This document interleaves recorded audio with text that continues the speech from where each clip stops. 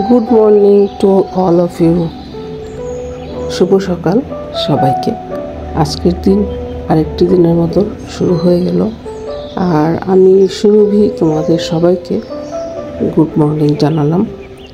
আশা করি সবাই ভালো আছো। তো সকালটা যথারীতি শুরু হলো, আর আমারও আরেকটি দিন শুরু হয়ে গেল।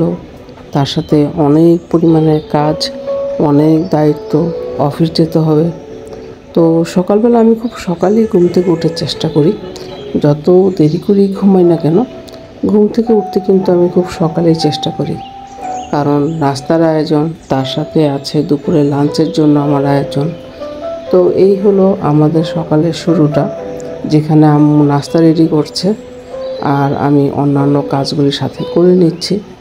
কারণ নাস্তার প্রিপারেশনের সাথে আমার দুপুরের লাঞ্চের প্রিপারেশন সব মিলিয়ে বেশ একটা সময়ের প্রয়োজন হয়। আর এই জন্যই আমি সব সময় চেষ্টা করি খুব সকালে ঘুম থেকে উঠে নাস্তাগুলি রেডি করার জন্য, দুপুরের লাঞ্চ রেডি করার জন্য। সকালে নাস্তাটা রেডি করাটা খুব জরুরি, কারণ সকালবেলা বাসা থেকে যদি খেয়ে না যায় তাহলে যেটা হয়, অফিসে গিয়ে কিছুক্ষণ পর পরই মনে হয় যেন ক্ষুধা লাগে। আর যেহেতু আমার অফিসটা যেই জায়গায়, সেখানে অ্যাভেলেবেল সব ধরনের খাবার পাওয়া যায় না, সেখানে জাঙ্ক ফুড খেতে হয়। তো চেষ্টা করি যে সেটা এগ বয়েল হোক বা রুটি দিয়ে এগ হোক, তো যেটাই হোক কিছুটা হলেও আমি খেয়ে যাই সকালে ব্রেকফাস্টটা না করে গেলে সারাদিনই মনে হয় যেন আমি ক্ষুধার্ত থেকে যাই। তোমরা হয়তো বলতে পারো যে আমি হয়তো অনেক বেশি খাই, বলতে পারো, বাট আমি সকালবেলা অবশ্যই নাস্তাটা বাসা থেকে করে যাওয়ার চেষ্টা করি। আর এদিকে যেহেতু আম্মুরও সকালবেলা নাস্তা করতে হয়, তো আমরা সকালবেলা যত দ্রুত সম্ভব নাস্তাটা রেডি করে দুপুরের লাঞ্চের জন্য আমার খাবারটা রেডি করে নিই, আমার লাঞ্চের বক্সগুলো রেডি করে নিই। তো এখানে আম্মু রুটিটা ভেজে নিচ্ছে, আর তার সাথে আমি যে অন্যান্য কাজগুলি আছে সেগুলি করে নিচ্ছি। কারণ সকালে খাবার গরমের একটা ব্যাপার থাকে, খাবারগুলি গরম করে তারপর সেগুলো ঠান্ডা করার একটা বিষয় থাকে। কারণ আমার অফিসে যেহেতু ইলেকট্রিক ওভেন নেই, তো আমাকে খাবার গরম করে তারপর ঠান্ডা করে নিয়ে যেতে হয়। নইলে দেখা যায় অনেক সময় খাবার নষ্ট হয়ে যায়। খাবারটা যদি গরম থাকে তো প্রপার ঠান্ডা করাটাও জরুরি হয়ে যায়। তো নাস্তা করেই অফিসের জন্য চাইলেই যে যাওয়া যায় না, কারণ এখন যেহেতু আমাকে খাবারগুলি ঠান্ডা করতে হবে, তো ফ্যানের নিচে দিয়ে সাধারণত যতটা সম্ভব খাবারটা ঠান্ডা করে নিই।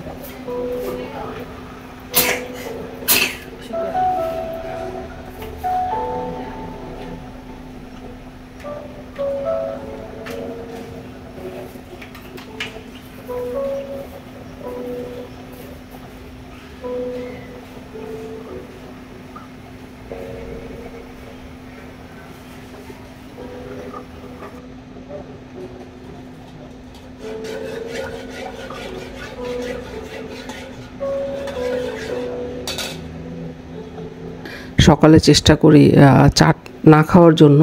তারপরও অনেক সময় হয় না যে আসলে চাটা খেতে খুব ইচ্ছে করে, তো চাটা করে নিচ্ছি সকালে। অনেক সময় অনেকেই আছে আসলে আমার মতো যে মনে হয় যেন খাবার নাস্তা করেও পেট ভরছে না, হয়তো বা চা খেলে মনে হয় যেন নাস্তাটা প্রপার হয়ে গেল।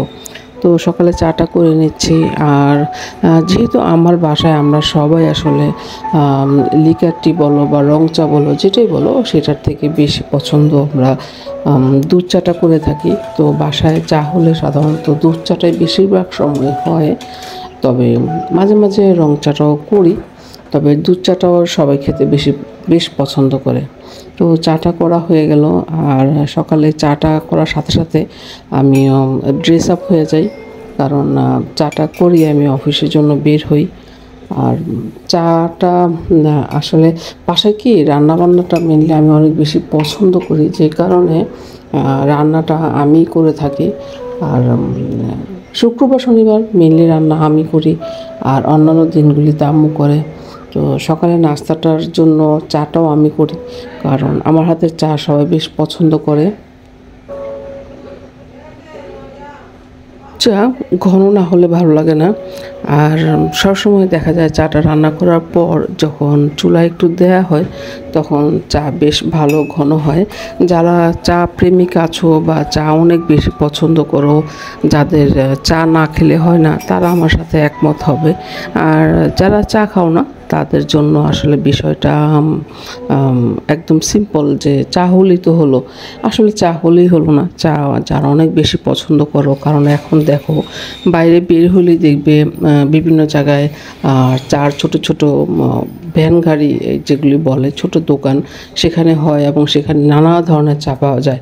বাদাম চা, হরলিক্স চা, তারপরে আরও অনেক ধরনের যে মটকা চা, বিভিন্ন ধরনের চা হয়। কারণ এখন চার উপরে কিন্তু মানুষ অনেক ধরনের ব্যবসা করছে। আমারও ইচ্ছা আছে, যেমন আমার একটা রেস্টুরেন্ট দেওয়ার ইচ্ছা আছে, তার সাথে একটা চার স্টল দেওয়ারও ইচ্ছা আছে। কারণ আমি নিজে যেহেতু চা অনেক বেশি পছন্দ করি, আমার ইচ্ছা হয় আমিও সবাইকে চা করে খাওয়াই। তো এই জন্য আমার রান্নাবান্নার শখটাও যে কারণে অনেক বেশি, সে কারণে আমি চাটাও অনেক বেশি পছন্দ করি। অনেকে আছো বলবে যে চা একরকম হলেই তো হলো। আসলে চা যারা অনেক পছন্দ করে তারা জানবে যে চাটা যত বেশি ঘন হয় এবং তার মধ্যে যত বেশি মিল্ক পড়ে, আসলে চাটা তত বেশি ভালো লাগে খেতে।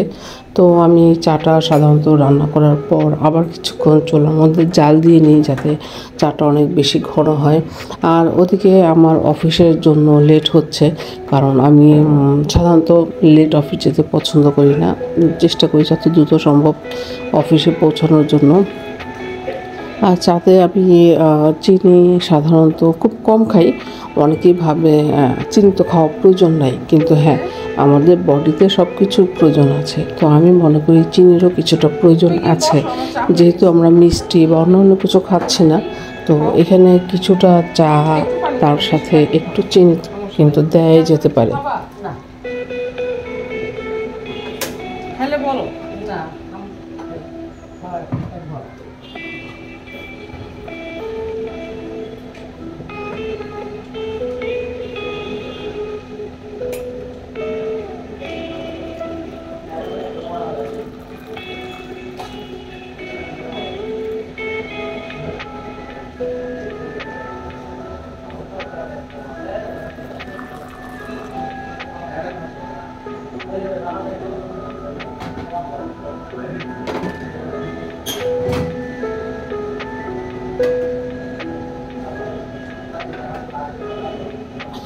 যদি গরম না হয় সেটাও কিন্তু খেতে ভালো লাগে না।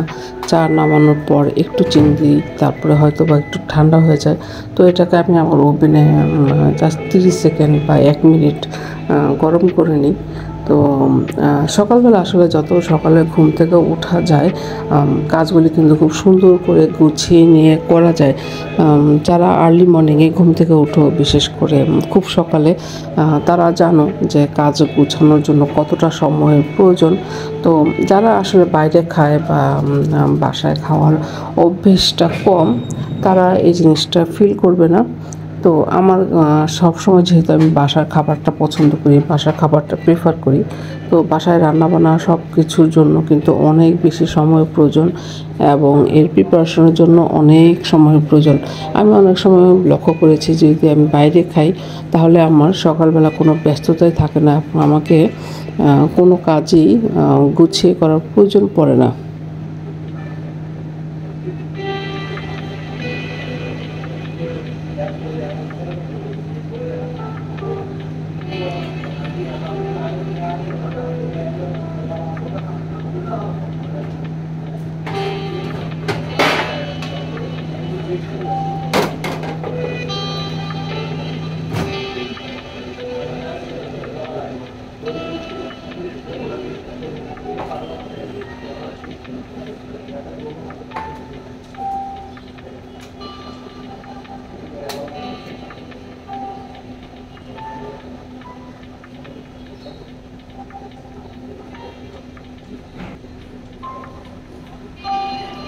আম্মু কিন্তু চার জন্য অপেক্ষা করছে।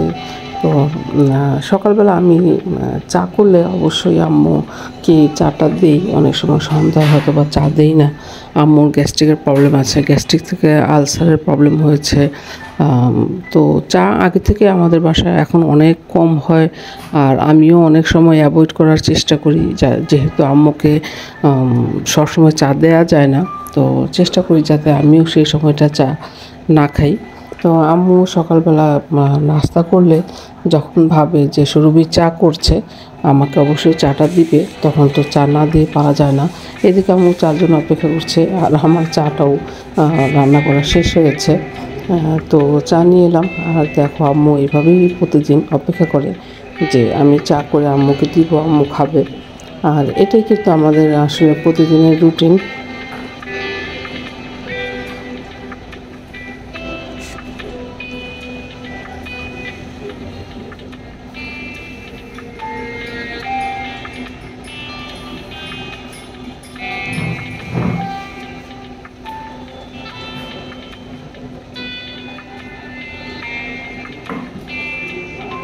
আর চা খেয়ে আমি অফিসের জন্য বের হব। আর এই সময়টা আমাদের মামের জন্য নির্দিষ্ট একটা সময়। অনেকেই ভাবো সকালবেলা যেহেতু আমি লাইভ করি হয়তো বা আমার কোনো কাজ নেই, আসলে আমি এতগুলি কাজ শেষ করার পরেই কিন্তু আমি যদি সময় পাই তখন আমি লাইভ করি। অনেকের ধারণা যে আমি কিচ্ছু করি না, আমি ব্যাংকে জব করি, আর যারা ব্যাংকে জব করে তারা কেউ কোনো কাজ করে না। আসলে ব্যাপারটা সম্পূর্ণ বিপরীত। কারণ যারা ব্যাংকে জব করে তার মানেই না যে তারা রান্না করে না বা কোনো কাজ করে না। বা আমি অনেক সময় অনেকটা বেশি সময় লাইভে থাকি বা লাইভে আসি, বিভিন্ন সময় লাইভে আসি। তোমরা হয়তো ভাবো যে আমি বাসায় কোনো কাজ করি না, আসলে ব্যাপারটা সম্পূর্ণই বিপরীত। কারণ আমি বাসায় সব কাজ শেষ করে তারপরেই চেষ্টা করি যে তোমাদের সাথে লাইভ করার জন্য বা তোমাদের সাথে আমি সময় দেওয়ার জন্য। অনেকেই ভাবো যে আমি লাইভ কেন আসছি না, আসলে শারীরিক কন্ডিশন সবসময় একরকম থাকে না, বা অনেক সময় মানসিক একটা ব্যাপার থাকে যে আমি লাইভ করতে পারছি না বা লাইভ করছি না।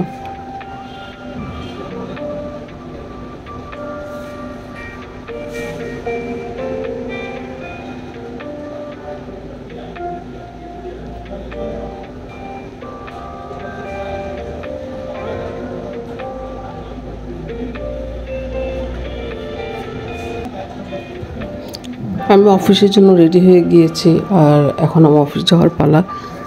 তো যতক্ষণ তোমরা আজকে এই ভিডিওটা দেখলে, আমি তো রেকর্ডিংটা করেছি, তো এই এতগুলি কাজ শেষ করেই কিন্তু তবে আমি অফিসের জন্য রেডি হয়েছি বা অফিসে যাচ্ছি। তো যারা ভাবো যে আসলে সকালবেলা অনেক কোনো কাজ থাকে না, যারা চাকরি করে তারা কিছু করে না, আসলে ব্যাপারটা সম্পূর্ণ ভিন্ন। আর আসলে সকালবেলা সব কিছু কাজ শেষ করি তারপরে অফিসের জন্য বের হতে হয়। আর খুব সকালে ঘুম থেকে উঠলে সব কিছু কিন্তু করা যায়। অনেকেই যখন সকালবেলা ঘুম থেকে 9টায় বা 10টায় উঠবে তাদের জন্য ব্যাপারটা অন্যরকম। আবার যারা ভোর 5টায় কি 6টায় ঘুম থেকে উঠে তাদের জন্য ব্যাপারটা অন্যরকম। তো 3-4 ঘন্টা কাজ কিন্তু একটা পরিবারের জন্য মোটামুটি যথেষ্ট, যদি কেউ সেইভাবে কাজগুলি করে গুছিয়ে ফেলে।